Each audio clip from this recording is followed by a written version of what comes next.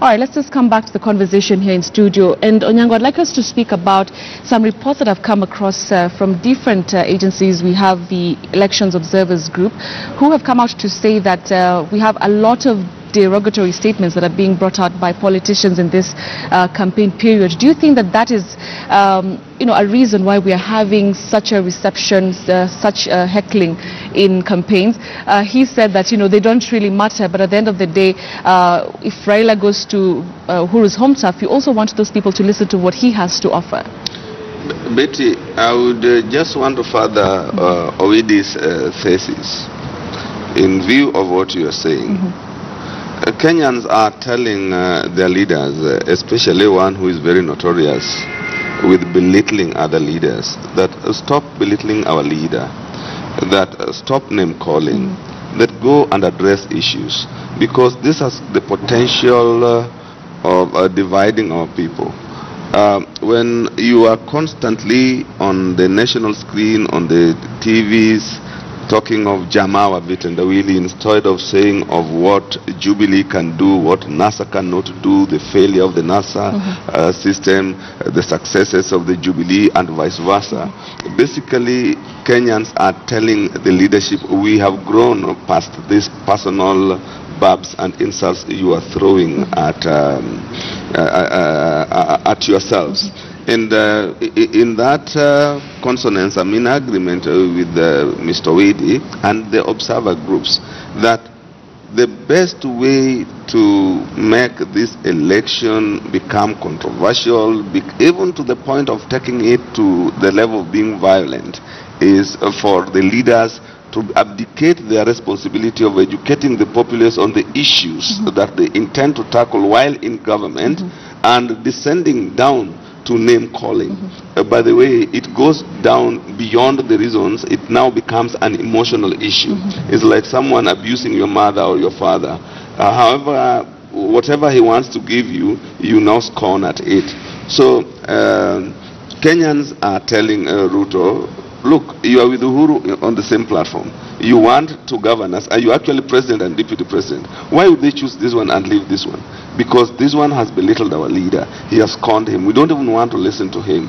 And I think as Owidi advances it, the other side, that in Cabernet, it could have been a reactionary import to what had happened in Mbita and in Homa Bay. For that matter, I think the observers must be taken seriously, and our leaders must listen that, please, tell the electorate what agenda you have for them instead of belittling each other. All right. Yes. Karanja, I'd like to bring you in because you had a different view to this. And, of course, going back to the statements that are being made in the campaign, rallies and everything. I mean, we've seen so many of them, both from NASA and Jubilee, all these statements being thrown, all these names, being called all over the place. What does that do to this? We just have about 27 days to the election. How does that have an impact on, the electorate and the mood, really, of the country as we head on to the elections? I think to begin with, it is my perspective that people have already made a decision which way they're going to vote.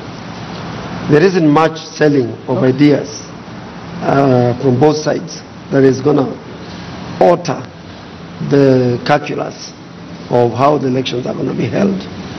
So what is really remaining is going to market yourself everywhere. And what I am celebrating personally is that we can now see both the divide going to their respective perceived opposite, or rather opposition or the government side, and they are having to market their ideas. You see, selling a political product, it is a way of demonstrating the incompetence or lack of skill or lack of leadership of your opponent to the listeners. Where there may be a problem is that the listeners may take it too far, that when you are having a contest of views, you are basically against each other. But what I would like to tell the Kenyan is that our political class They are friends across the board. And that's why you had, for example, the former Prime Minister saying in Kiambu, the President is my younger brother. And it does not matter what anybody thinks. That is what it is. And they are good friends. And you have seen incidences. For example, when the late Prime Minister's son passed on, the President went out of his way, provided every facility that he could be able to provide. And whenever you meet the two of them and you see their body chemistry, they're actually friends. It is they are natural friends. That's what it is. All right. Now, you will never expect that to happen with everybody. That's for sure. There will be those things, those individuals that may go out of their way. But I'm trying to say that Kenyans, generally the population, they have demonstrated a huge level of maturity that is admirable. However, don't forget what is politics. Politics is an art of trying to acquire power. What is that power going to do? The power is supposed to be used for allocation of resources. And as you allocate resources, you also have to realize it's not just physical resources or financial resources, even appointments of positions. And therefore, you will expect, therefore, the political class to try as much as possible to demonize, as it were, the opposite side. But that's the art of the game. It doesn't matter whether you're talking about Kenya or you're talking about the US.